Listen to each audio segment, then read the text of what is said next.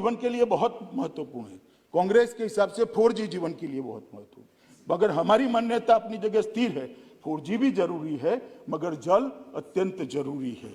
इसलिए सितंबर 22 तक सभी 18.16 लाख परिवारों को पाइप के द्वारा घर में पानी पहुंचाने की योजना समाप्त हो जाएगी। और जब मैं ये कह रहा हूं तब पूछेंगे भी आप तो 22 की बात कर रहे हो। अभी 4 जिलों में 100% घर में पानी पहुंचाने का काम हमने समाप्त कर चुके हैं और 22 तक बाकी के जिलों का काम हम करेंगे। इसके साथ विद्यालयों, आंगनवाड़ियों और शिक्षा संस्थानों को, अस्पतालों को भी हमने जोड़ने का काम किया। मान्यवर, हमने तय किया है कि 2021 के अंदर ही 5300 किलोमीटर की सड़कों का निर्माण होगा, जिसमें 700 किलोमीटर कश्मीर में और 4600 किलोमीटर जम्मू में, और हर गांव को 2022 आजादी के 75 साल तक सड़क से जोड़ने का काम भी हम जम्मू कश्मीर में पूरा कर देंगे। इसका बजटरी प्रोविजन भी होगा। माननीय अध्यक्ष जी, ये हमेशा 370, 35 से ऐसे झुनझुने पकड़ाते थे, ना बिजली की बात करते थे, ना पानी की बात करते थे, ना नौकरियों की बात करते थे, ना स्वास्थ्य की बात करते थे। जम्मू कश्मीर के दुर्गम क्षेत्रों के अंदर जो लोग बसते हैं, इनकी स्वास्थ्य की चिंता क्या की है 3 परिवारों ने? मैं पूछना चाहता हूं, 70 साल तक आपने शासन किया, जम्मू कश्मीर के अवाम के स्वास्थ्य के लिए आपने क्या किया? लेकर आइए हिसाब और हमारे एमपीओ के साथ चर्चा करिए। मान्यवर, मैं सदन को गौरव के साथ बताना चाहता हूं कि ये नरेंद्र मोदी सरकार में, नरेंद्र मोदी सरकार के कालखंड में और 17 महीनों में, जो 17 महीने बोलते हैं, इसमें हमने जम्मू कश्मीर के पीएमडीपी के तहत स्वास्थ्य मंत्रालय से 881 करोड़ रुपए की राशि ऑलरेडी भेज दी है, जिसमें से 754 करोड़ रुपए की राशि व्यय की जाती है। मान्यवर, 75 परियोजनाएं पूरी हो गई है और 22 तक 39 परियोजनाएं पूरी हो जाएगी, जिसमें श्रीनगर में 500 बिस्तरों वाला नया अस्पताल, जम्मू में 200 बिस्तरों वाला नया मातृत्व अस्पताल, जम्मू में नए हड्डी और जोड़ के अस्पताल, जीएमसी जम्मू में 100 बिस्तर के आकस्मिक चिकित्सा ब्लॉक, जम्मू में बालक और बालिका छात्रावास का निर्माण जिसके तहत आता है। और माननीय अध्यक्ष जी, देश भर के 60 करोड़ गरीबों को मोदी सरकार ने आयुष्मान भारत का आशीर्वाद देकर 5 लाख रुपए तक का स्वास्थ्य फ्री ऑफ कॉस्ट दिया। मान्यवर, मसूदी साहब पूछते थे क्या किया जम्मू कश्मीर के साथ, क्या किया? एग्रीमेंट नहीं पढ़ते, शासन का एग्रीमेंट होता है जनता के साथ। अरे भाई, एग्रीमेंट तो कागज पर होता है, जम्मू कश्मीर तो हमारे दिल में है, दिल में। देश भर के अंदर मान्यवर 5 लाख तक की स्वास्थ्य योजना जो प्रधानमंत्री आयुष्मान भारत योजना से जानी जाती है, पीएम जय के नाम से जानी जाती है, वो गरीबों के लिए है। प्रधानमंत्री जी ने जम्मू कश्मीर के लिए सेहत योजना लाए। जम्मू कश्मीर में कोई करोड़पति हो या रोडपति हो, सड़क पर रहने वाला हो या बड़े से बड़े महल में रहने वाला हो, हर एक को 5 लाख तक की सुविधा आरोग्य की हमने देने का काम किया। और मान्यवर, मैं देखता था, मैं कार्यक्रम में उपस्थित था वर्चुअल तरीके से, लोगों की आंख में आंसू थे। एक बूढ़ी महिला कश्मीर घाटी की मां बता रही थी कि 70 साल तक हमारा किसी ने चिंता नहीं किया, नरेंद्र मोदी जी ने आकर हमारी चिंता की, अब मुझे इलाज कराने के लिए किसी के सामने हाथ फैलाने की जरूरत नहीं है, मेरी सरकार वहां बैठी है जो मेरा इलाज कराएगी। मान्यवर, ये जो हमने किया है, लगभग हर एक व्यक्ति को सेहत योजना के तहत कवरेज देने का काम किया है। और मैं मानता हूं जम्मू कश्मीर बहुत कम राज्यों में से एक राज्य है जिसका हर एक व्यक्ति स्वास्थ्य योजना के तहत कवर किया गया है। मान्यवर, कोविड के खिलाफ लड़ाई भी इसी समय में हम लड़े, जो 17 महीने का हिसाब मांगा जाता है, इसी के तहत लड़े। और सबसे अच्छा कोविड प्रबंधन एलजी के नेतृत्व में जम्मू कश्मीर सरकार ने किया। टीकाकरण का काम भी बहुत स्मूथ तरीके से घाटी और जम्मू दोनों तरफ चल रहा है। मान्यवर, एम्स की स्थापना की है, 2 एम्स बनाने का काम किया है और लगभग 2000 करोड़ रुपया एक एम्स का, 4000 करोड़ रुपया एम्स के लिए भारत सरकार ने यहां भेजा है। इसकी शुरुआत हो गई है। नए मेडिकल कॉलेज की स्थापना, 7 नए मेडिकल कॉलेज, 70 साल में 3 थे, 17 महीने में 7, अनंतनाग, बारामूला, रजौरी, डोडा, कठवाड़ा, हंदवाड़ा और उधमपुर, ये 7 नए मेडिकल कॉलेज की शुरुआत हुआ है। और 5 मेडिकल, उसमें से 5 का एक टेम्परेरी परिसर के अंदर शिफ्ट व्यवस्था के आधार पर बच्चों को पढ़ाने का कामकाज भी हमने शुरू कर दिया है। राह नहीं देखिए, इसको सिविल अस्पताल के, और 22-23 में और 2 मेडिकल कॉलेज भी हम चालू कर देंगे। लगभग हम 1100 बच्चे जम्मू कश्मीर के डॉक्टर बनकर जम्मू कश्मीर के गरीब की सेवा करें, इस तरह की व्यवस्था। आप हमें पूछ रहे हो हमने क्या किया? कभी इतनी संवेदना के साथ किया था? 370 का झुनझुना दिखाकर शासन करते रहे 3 परिवार मान्यवर। कितने सालों तक शासन किया?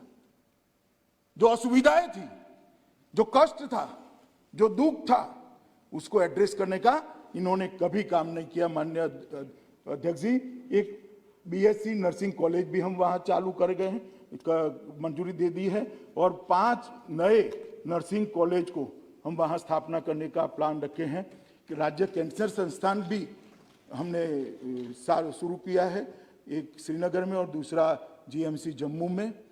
और मान्यवर राज्य सरकारें, केंद्र सरकार ने लगभग अलग-अलग 115 योजनाएं नरेंद्र मोदी जी के शासन में आने के बाद इस देश के दलित, गरीब, पिछड़े, आदिवासी, इनके लिए बनाई थी, मगर उसका वहां पर इंप्लीमेंटेशन नहीं होता था। जब से राष्ट्रपति शासन लगा, तब से लगभग हर घर को बिजली देने का काम पूरा हो गया है। 3,57,405 लाभार्थियों को कवर दे दिया गया है। पीएम उज्ज्वला योजना के तहत 12,60,685 माताओं को गैस का सिलेंडर देने का काम हमने समाप्त कर दिया। उजाला योजना के तहत 79.54 लाख लाभार्थियों को घर में उजाला करने का काम किया है।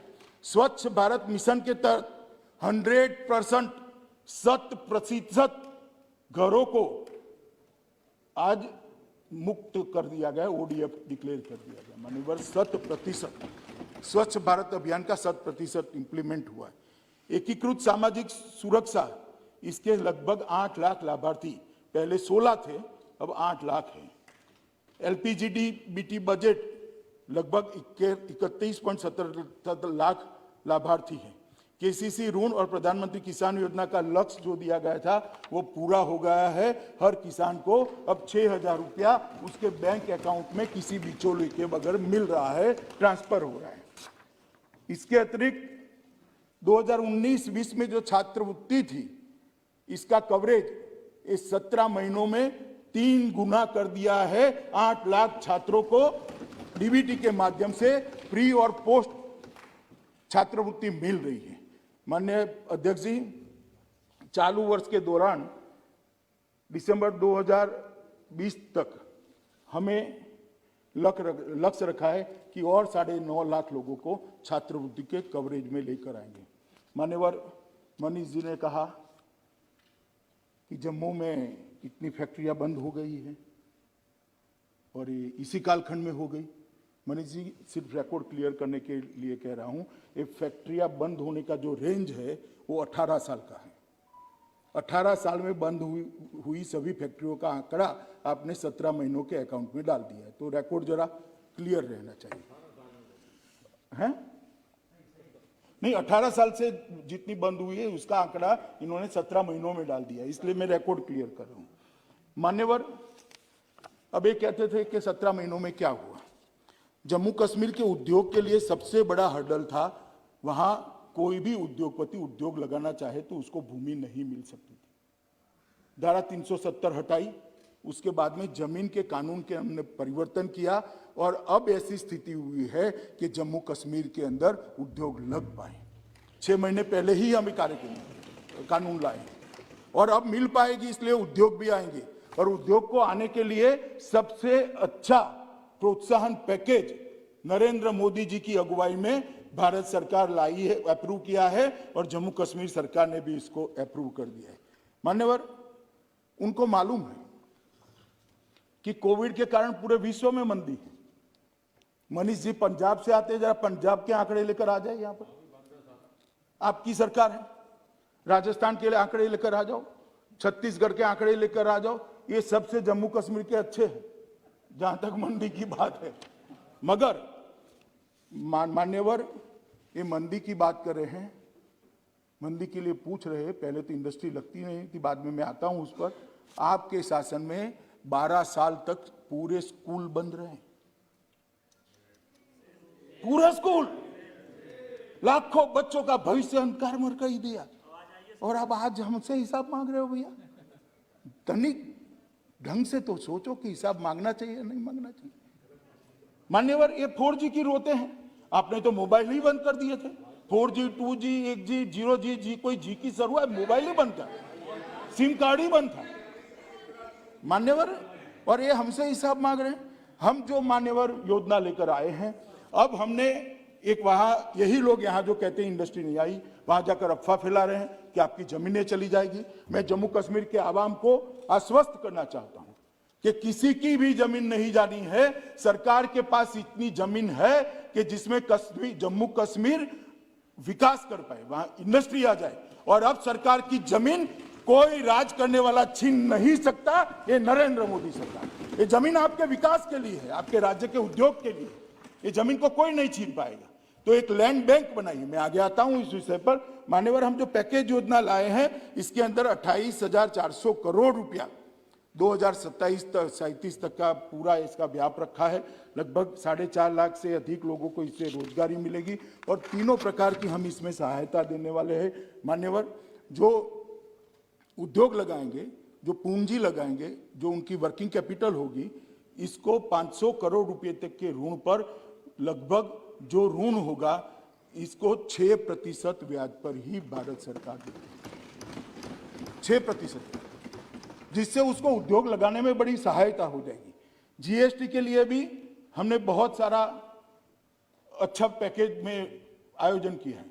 जो उसके प्लांट एंड मशीनरी की वैल्यू होगी उद्योग की, इसके 300% तक उसको जीएसटी रिफंड किया जाएगा, पूरा का पूरा 300%। तो एक महीने में ये जितना 100 रुपया लगाएगा तो 300 रुपया इसको सरकार जीएसटी के माध्यम से वापस दे दी। मगर इसको हमने सब्सिडी इसलिए नहीं बनाया है, पूछेंगे फिर सब्सिडी क्यों नहीं बनाया, कि फर्जी उद्योग न लगे। मान्यवर, जीएसटी तभी भरा जाता है जब उद्योग चलता है। उद्योग चलता है तो रोजगारी मिलती है, उद्योग चलता है तो बिजली की खपत होती है, उद्योग चलता है तो बाकी एंसिलरी इंडस्ट्रीज भी लगती है। जो उद्योग चलाएगा उसको 100 रुपया लगाने पर 300 रुपया तक का जीएसटी वापस दे दिया जाएगा। मान्यवर, हमने उनको कैपिटल इन्वेस्टमेंट पर सब्सिडी देने का छोटे उद्योगों के लिए हमने प्रावधान किया है। और मैंने जो कहा लैंड बैंक, आपको आश्चर्य होगा कि 29,030 कैनाल का लैंड बैंक बनाया है जो सरकारी है। किसी भी जम्मू कश्मीर के व्यक्ति का कोई जमीन नहीं जाना है। ये 29,030 कैनाल जो है, इतना ही है कि अब हम इसके लिए रोशनी लेकर नहीं आएंगे, रोशनी लेकर अंधेरा नहीं करेंगे। आपने तो सरकारी जमीन जो थी रोशनी के नाम पर अपने चट्टो बट्टों में बांट दी। हमने उसका लैंड बैंक बनाया और अब इंडस्ट्री को देंगे तो इंडस्ट्री इसके अंदर विकसित होगी, रोजगार मिलेगा, बिजली की खपत बढ़ेगी, जीएसटी मिलेगा, रेवेन्यू मिलेगी और जम्मू कश्मीर एक आश्रित राज्य की जगह एक अपने आप पर आत्मनिर्भर राज्य बने। इस दिशा में हम आगे बढ़े। मान्यवर, ईज ऑफ डूइंग बिजनेस को भी हमने बहुत आगे बढ़ाया है। इसका मैं ज्यादा कहना नहीं चाहता। युवाओं के लिए नौकरियां त्वरित भर्ती अभियान भी हमने चालू कर दिया है। वर्ग 4 में 10,000 रिक्तियां चिन्हित की गई है और 8,575 रिक्तियों सेवा चयन बोर्ड के माध्यम से विज्ञापित कर दी गई। मान्यवर, इसमें बहुत चिट्ठियां चलती थी कितनी योग्यता है इसके आधार पर नौकरियां नहीं देते थे, चिट्ठियों से नौकरियां बांटी जाती थी। हमने ये सारी नौकरियों को सेवा चयन बोर्ड द्वारा ही विज्ञापन देकर भरने का निर्णय किया है और जो क्लास 3 और 4 है उसमें मेरिट से आधार पर नौकरी मिलेगी, कोई इंटरव्यू नहीं होगा। मान्यवर, लगभग 14,161 पदों के लिए सेवा चयन बोर्ड ने विज्ञापन कर दिया है और 2050 पदों के लिए लिखित परीक्षा, मैं क्लास 1 और 2 की बात कर रहा हूं, शुरू हो गई है और 324 उम्मीदवारों का चयन कर दिया गया है। मान्यवर, लगभग हमारा अंदाज है कि कुल मिलाकर 2022 के पहले 25,000 से ज़्यादा सरकारी नौकरियों का सृजन कर 25,000 युवाओं को हम पारदर्शिता के साथ नौकरी देंगे। मान्यवर, बैक टू विलेज कार्यक्रम के तहत जम्मू कश्मीर बैंक को 15,000 छोटे छोटे ऋण के मामले दिए गए और ये मामले पहले भी दिए जाते थे मगर सिर्फ सूची रह जाती थी। मुझे कहते हुए आनंद है कि लगभग 4600 महिला सहित 13,000 मामलों को लोन देने का काम भी 15,000 में से 13,000 मामलों को लोन देने का काम भी समाप्त कर लिया गया है। वो अपनी छोटी छोटी इकाइयां चालू कर रहे हैं। युवा उद्यमों के लिए 242 करोड़ का और लोन दिया गया है। मिशन यूथ के तहत भी ढेर सारे काम किए हैं। उनको क्रिकेट का, फुटबॉल का किट दिया गया है। बहुत सी चीजें मैं इतनी डिटेल में जाना नहीं चाहता। आविष्कार, नवाचार और इंक्यूबेशन और प्रशिक्षण केंद्र, इसके माध्यम से भी हम क्षमता निर्माण का काम को आगे बढ़ा रहे हैं। आईटी टावर्स जम्मू और कश्मीर में दोनों जगह, श्रीनगर और जम्मू दोनों जगह ग्रामीण बीपीओ भी स्थापित किए जाएंगे, आईटी टावर्स भी बढ़ाए जाएंगे और जो हस्ताक्षर किए हैं मुझे पूरा विश्वास है कि 1 साल के अंदर ये आईटी टावर अपना काम करते रहेंगे। महत्वपूर्ण सुधार भी बहुत किए हैं, चाहे वो विद्युत का क्षेत्र हो, एडमिनिस्ट्रेशन का क्षेत्र हो और वित्तीय सुधार का हो। जम्मू कश्मीर में मान्यवर सबसे बड़ी तकलीफ थी, कोई सुनवाई नहीं होती थी। जो सरकार आती थी उसके लोगों की ही सुनवाई होती थी। अभी एक वैज्ञानिक तरीके से जम्मू कश्मीर एलजी ने अपने खुद के स्तर पर संस्थागत तंत्र और व्यक्तिगत बैठकें कर तहसील तक की सभी फरियादें जम्मू कश्मीर एलजी तक आ जाए, इस प्रकार का एक साइंटिफिक खाका तैयार किया है, जिससे छोटे से छोटे व्यक्ति की यहाँ पर फरियादों की सुनवाई की जाए। और इसीलिए मैं कहता हूँ कि ये जो अंबेडकर जी का एक बहुत महत्वपूर्ण वाक्य है कि राजे रानी के पेट से नहीं आने चाहिए, जनता के वोट से आने चाहिए। जब रानी के पेट से राजा आता है तब जनता की दरोकार नहीं करता है, जनता की सरोकार भी नहीं करता है, ना उसकी सुनवाई करते हैं। मगर वोटों से चुने हुए लोग जब बैठते हैं, हमारे जम्मू कश्मीर के एलजी पर दादा ने टिप्पणी की, मैं इतना ही कहना चाहता हूं, दादा आप भी पार्टी न बदले होते तो आज तक कई बार हार चुके होते। लोकतंत्र में हार जीत होती रहती है, इसीलिए जीते। मान्यवर, एक अधिवास प्रमाण पत्र, डोमिसाइल सर्टिफिकेट, इसके लिए भी बहुत बड़ा हो हल्ला हुआ था। आपकी नागरिकता चली जाएगी, बहुत सारे लोग बाहर से घुस जाएंगे, हो जाएगा, फला हो जाएगा, ठिकाना हो जाएगा। मैं कहता हूं अब तक 30.44 लाख परिवार को प्रमाण पत्र, व्यक्ति और परिवारों को प्रमाण पत्र दे दिया गया है। कहीं से कोई कंप्लेन नहीं है, ना कोई लाइन लगी है, ना मान्यवर नया भूमि कानून लाए तो उसमें भी था आपकी जमीन चली जाएगी, ये चली जाएगी, वो चली जाएगी। कोई ला दे, मुझे बता दे किसकी जमीन चली गई। ये बिहार में भूमि कानून नहीं है तो कोई बंगाल से आकर बिहार की जमीन ले लेगा। मैं गुजरात से आता हूं, गुजरात में कोई भूमि कानून नहीं तो महाराष्ट्र से आकर कोई गुजरात की जमीन खा जाएगा। कैसे ऐसा होगा? ऐसा नहीं होता है।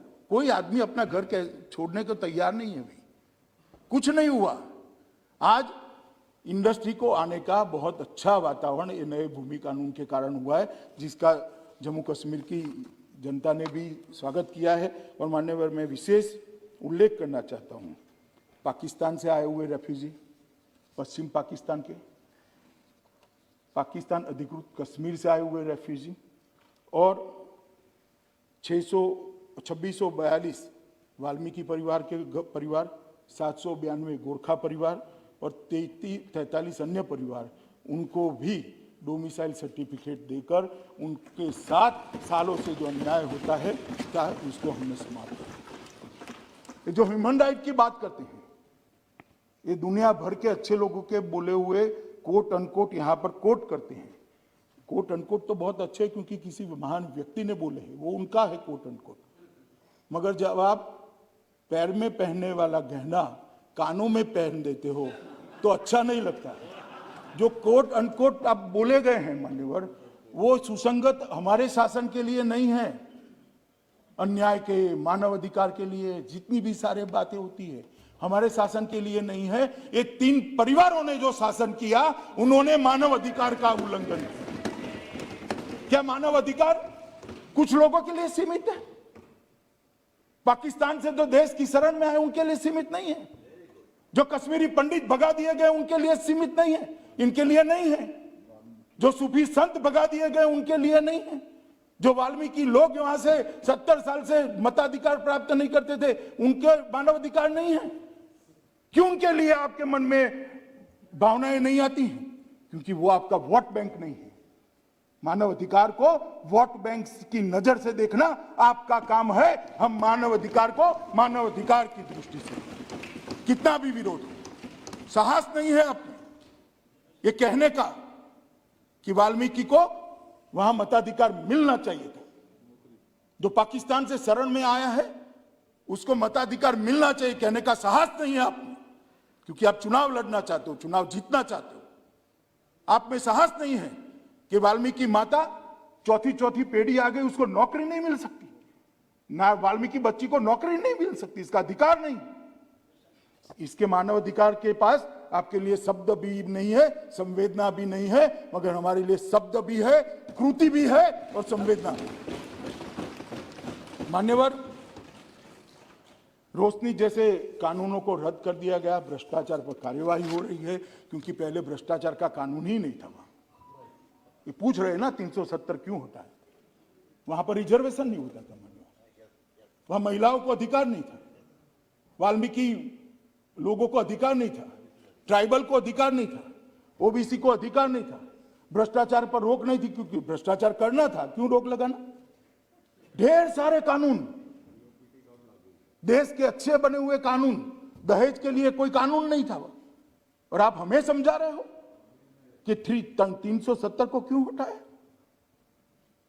मान्यवर, पाक अधिकृत जम्मू कश्मीर के लगभग 26,319 विस्थापित और 5300 विस्थापित जो युद्ध के समय आए, छंब के 10,065 विस्थापित, पश्चिमी पाकिस्तान के 5,764 विस्थापित, कश्मीरी प्रवासी जिसको बहुत संवेदना के साथ अपने अधीर रंजन जी बता रहे थे, 44,000 कश्मीरी पंडित। मैं आज उनको बताना चाहता हूं कि यही नरेंद्र मोदी जी के शासन में कश्मीरी पंडितों को, हर परिवार को राहत कार्ड जिसके पास है उसको 13,000 रुपया हर महीना सरकार देती है। ये हमारे समय में विस्थापित नहीं हुए, कांग्रेस का शासन था, उसकी सुरक्षा नहीं कर पाई, इसलिए विस्थापित अपने देश में ही विस्थापित होकर रह गए थे। इनको 13,000 हम देते, निःशुल्क राशन देते हैं। पुनर्वास के अंक के रूप में कश्मीर घाटी में 3,000 नौकरियां दे दी गई है, 88 नौकरियों का चयन प्रक्रिया चालू है और ये 6,000 लोगों को कश्मीर घाटी में घर के साथ 2022 के साथ हम बसा देंगे और वर्षों पुराना हमारा स्वप्न समाप्त। 3,000 लोगों को दे चुके हैं निरंजन जी नौकरी, ऑलरेडी दे चुके हैं। 70 साल में एक दिया है तो बताओ, एक। और 6,000 लोगों का घर बनाने की योजना भी, जमीन भी आवंटन कर दी है, बजट का भी आवंटन हो गया है, प्रक्रिया चालू हो गई। और प्रोफेशनल कॉलेज में दाखिले के लिए देश भर में रिजर्वेशन किया गया है। मान्यवर, पहाड़ी भाषी जनसंख्या के 1,74,000 लोगों को आरक्षण नियम संशोधित कर 4% आरक्षण, ये 370 हटने के कारण मिला है। अंतर्राष्ट्रीय सीमा के पास के गांव के 17,000 लोगों को यही सदन में मैं ही बिल लेकर आया था, जिनको रिजर्वेशन दिया है, पहले नहीं दे सकते थे। आर्थिक रूप से कमजोर वर्ग को 1.16 लाख लोगों को अब आरक्षण का लाभ मिलना शुरू हो गया है, क्योंकि 1.16 लाख बीपीएल परिवार को 10% आरक्षण का लाभ मिल रहा है, जो 370 के कारण नहीं मिलता था। 1500 सफाई कर्मचारी परिवारों को पूरा अधिकार देने का काम किया है। आप हमें पूछ रहे हो क्या किया है? मान्यवर, 370 जाने से जम्मू कश्मीर में किसी के साथ अन्याय हो, इस संभावना को ही समाप्त कर दिया गया है। मान्यवर, शिक्षा, प्रशिक्षण और करियर के लिए भी ढेर सारे काम किए गए हैं। मान्यवर, संवैधानिक और कानूनी मामलों में भी, जहां तक लद्दाख का सवाल है, मेरे युवा साथी नांगम्याल यहाँ है, मैं इतना कहना चाहता हूं, 2014-15 से 19 तक 4,164 करोड़ रुपया की धनराशि जम्मू कश्मीर सरकार के थ्रू लद्दाख में गई थी। हम कितना भेजे उसका महत्व ही नहीं था, वो लद्दाख पहुंचती ही नहीं थी। तो 14 से 19 के बीच में 4,164 और 31/10/19 मतलब 370 जाने के बाद अधिरंजन जी 31/3/20 तक 3/20 तक 3518 करोड़ रुपया ऑलरेडी हम भेज चुके हैं। जो 5 साल में मिलता था वो 17 महीनों में मिला है लद्दाख वालों को। मान्यवर, इतना ही नहीं है, लद्दाख को 2 नए डिग्री कॉलेज दिए गए हैं, नए एयरपोर्ट टर्मिनल और जिला अस्पताल का अपग्रेडेशन का काम शुरू हो गया। सब 17 महीने में ही हुआ। सुमति जी, लद्दाख के पर्यटन को बढ़ावा देने के लिए 5 नए टूरिस्ट सर्किट भारत सरकार ने बनाए हैं, 5 नए ट्रैकिंग रूट्स भी खोले गए हैं। सुदूर क्षेत्रों में सब्सिडाइज हेलीकॉप्टर की व्यवस्था शुरू कर दी गई, जिससे टूरिज्म बढ़े। लगभग लद्दाख में 7500 मेगावाट क्षमता वाला देश का सबसे बड़ा सौर ऊर्जा यंत्र लगाने की कार्यवाही भी शुरू कर दी गई है, जो लद्दाख के लोगों की लाइफलाइन होगी, ढेर सारे लोगों को रोजगारी मिलेगी। परंपरागत चिकित्सा प्रणाली, उसको रिवाइव किया गया है। National institute for Sowa Rigpa की स्थापना नवंबर 2019 की कैबिनेट में कर दी गई है। कारगिल हवाई अड्डे के व्यवहार्यता अध्ययन फिजिबिलिटी स्टडी के लिए लद्दाख प्रशासन और अपने विमानपत्तन विभाग इसके साथ एग्रीमेंट हुआ है। Mission integrated development of horticulture के तहत 28,870 ऐसे पौधे जो ठंडी में भी जिंदा रह पाए, उनको लगाने का काम किया गया है। ई गवर्नेंस की दिशा में गांव तक ई गवर्नेंस पहुंचे, इसके लिए ढेर सारी सुविधाएं कई ई स्टैम्प शुरू कर दिया है, ई कोर्ट फी शुरू कर दी है। माननीय प्रधानमंत्री जी ने लद्दाख में एक सेंट्रल यूनिवर्सिटी का भी अनुमोदन कर दिया गया है। माननीय अध्यक्ष जी, विकास पैकेज के तहत जो 80,000 करोड़ रुपया था, उसमें इसका उचित हिस्सा भी लद्दाख को दिया गया है। और सभी राज्यों के जैसे यहाँ पर गुजरात भवन होता है, यूपी भवन होता है, बिहार सदन होता है, लद्दाख को भी 70 साल के बाद अपना भवन और सदन यहाँ पर मिला। भारत सरकार की कई सारी योजनाएं वहाँ पर थी, उसमें लगभग 80% कवरेज कर दिया गया है। रोड कनेक्टिविटी में सुधार के लिए 11 पुलों और 578 किलोमीटर रोड का काम हाथ पे लिया गया है। जो जिला टनल का काम शुरू कर दिया गया है। रिमोट एरिया में टेली कनेक्टिविटी के सुधार के लिए 80 सेट फोन और 124 वास्ट स्थापित किए गए हैं। पावर इंफ्रास्ट्रक्चर के लिए कारगिल में, लेह में 500 केडब्ल्यू के मिनी हाइड्रो प्रोजेक्ट स्थापित किए गए। 11 केवी की और 66.25 km और 42 km LT लाइन बिछाई गई है। 3 गर्ल्स हॉस्टल बनाए गए हैं। 20 बेडेड अस्पताल कारगिल के अंदर बनाया गया है। ट्रेजरी सिस्टम की जगह PMFS लागू किया है, जिससे अनुकूलता हो। लेह में 1000 MT का कोल्ड स्टोरेज बनाने का काम पूरा कर दिया गया है, जिससे इतने ठंडी वाले प्रदेश में उनको कोई कठिनाई का सामना न पड़े। पश्मीना गोट्स की संख्या में लगभग ये 17 महीने में 8% वृद्धि दर्ज की है, जो रिकॉर्ड है, आज तक कभी नहीं बढ़ा गया। लद्दाख के पिछले क्षेत्र के लिए विकास पैकेज लगभग 50,000 करोड़ का पैकेज प्रधानमंत्री जी तय कर रहे हैं, जो आने वाले दिनों में लद्दाख को मिलने वाला है। मान्यवर ये कह रहे हैं कि धारा 370 हटाने के बाद क्या किया। मुझे इतना ही है कि आप धारा 370 को राजनीतिक रूप से बोलने की बजाय ये सारी चीजें जम्मू कश्मीर यूटी और लद्दाख यूटी के साइट पर सारी डिटेल थी। अगर किसी ने स्टडी कर कर पढ़ा होता तो शायद अब तक बिल पारित भी हो गया होता। ये पूछते नहीं ना मैं जवाब देता, इन्होंने पूछा इसलिए मुझे जवाब देना पड़ा मान्यवर। मगर मेरा इतना ही कहना है अभी भी कि जम्मू कश्मीर और लद्दाख को राजनीति का हिस्सा हम न बनाएं। बहुत सारी चीजें हैं राजनीतिक करने के लिए। आ जाइए राजनीतिक मैदान में, दो दो हाथ कर लीजिए, कोई नहीं डरता है जी, कोई नहीं डरता है। मगर ये देश का संवेदनशील हिस्सा है। उनको कई बार घाव लगे हैं, शंकाएं कुशंकाएं उनके मन में पड़ी है, उस पर मरहम लगाना इस सदन का काम है, उसको खुरेदना हमारा काम नहीं है। छोटी सी राजनीतिक इच्छा पूर्ति के लिए हम कश्मीर को इस दृष्टि से न देखें।